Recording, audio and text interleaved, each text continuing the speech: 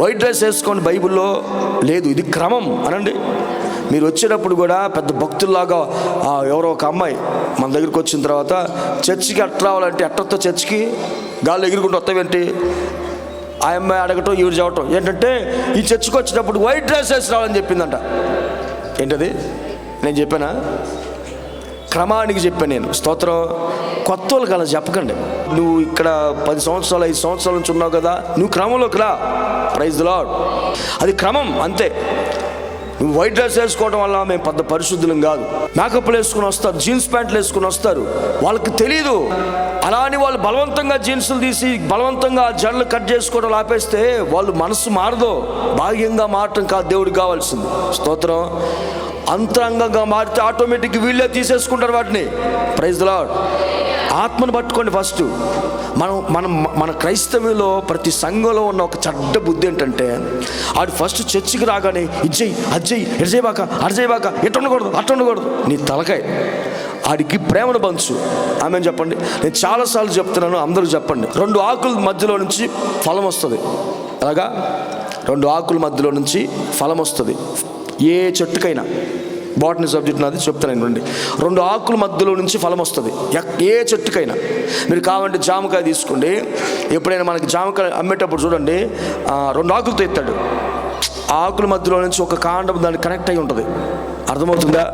అవి పండిపోయిన జామకాయ అనుకోండి, జామకాయ అవి ఎల్లో కలర్లో ఉంటాయి. పచ్చి జామకాయలు అనుకోండి గ్రీన్ కలర్లో ఉంటాయి. ఆకులు ఎందుకు అలా ఉంటాయి తెలుసా? వినండి. 2 ఆకుల మధ్యలో ఫలం వస్తుంది. 2 ఆకుల మధ్యలో. ఇప్పుడు ఆ ఆకుల్ని మనం రాలగొట్టేసాం అనుకోండి, ఫలం వచ్చింది రాదా?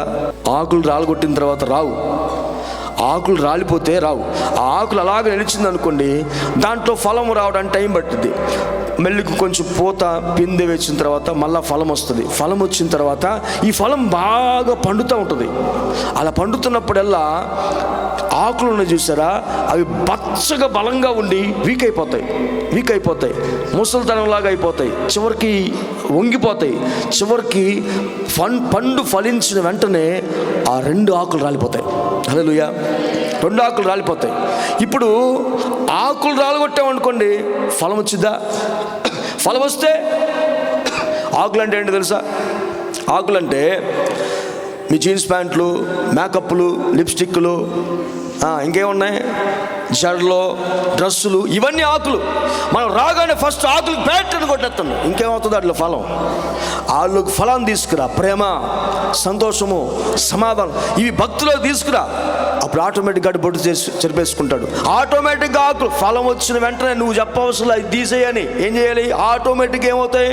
ఆకులు రాలిపోతాయి. కానీ మా సంఘాలు మేము పాస్టర్లు పెద్ద భక్తుల్లాగా ఏం చేస్తాం? మేము రావటం ఏంట్రా వేసేది వైట్ డ్రెస్.